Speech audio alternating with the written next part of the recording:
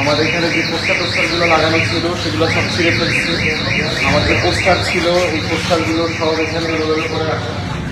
এখানে চেয়ারটা যেগুলো ছিল আপনার ফেস্টুন রাখা ছিল পিছনে, ফেস্টুনগুলো সব ভেঙে ফেলছে, পোস্টার ছিঁড়ে ফেলছে। এরপরে হচ্ছে চেয়ার দেখতে পাচ্ছেন,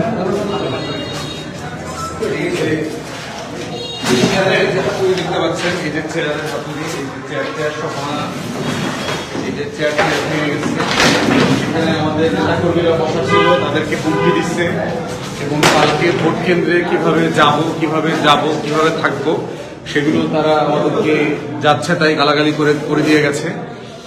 বিএনপির আহ্বায়ক, যাকে সবাই এলাকাতে মিচকে শয়তান হিসাবে চেনে আর কি, তারই টুপিওয়ালা একটা আপাদমস্তক ইবলিশ শয়তান, সেই শয়তানের নেতৃত্বে এখানে 10-15টা মোটরসাইকেল নিয়ে আসছে। তারা এখানে গাড়ি রেখে তারপরে হচ্ছে এই কাজগুলো করেছে। এই কাজের জন্য বিএনপির সন্ত্রাসীরা যেমন দায়ী, ঠিক একইভাবে দায় হচ্ছে প্রশাসনের। আমার এসপি, আমার ডিসি, রেঞ্জের কমিশনার, বিএনপি কমিশনার, ওনাদের সবার সাথে গত কয়েকদিন থেকে আমি টানা কথা বলেছি। সেনাবাহিনী, যৌথ বাহিনী, র্যাব, আইনশৃঙ্খলা বাহিনী, ইউনো, প্রশাসনের প্রত্যেকটা ইউনিটে আমরা কথা বলে যেটা দেখলাম যে ন্যূনতম অ্যাকশন নেওয়ার যে আগ্রহ এই ক্রিমিনালদের ব্যাপারে, তাদের মধ্যে কোনো আগ্রহ আমরা দেখি নাই। বাংলাদেশ 24-এর আগের বাংলাদেশে ফিরবে না। আপনি যত বড় পাওয়ারফুল লোক হন, জনাব তারেক রহমান আপনাকে বলছি, হাসিনার থেকে পাওয়ারফুল আপনি কোনোদিন হইতে পারবেন না।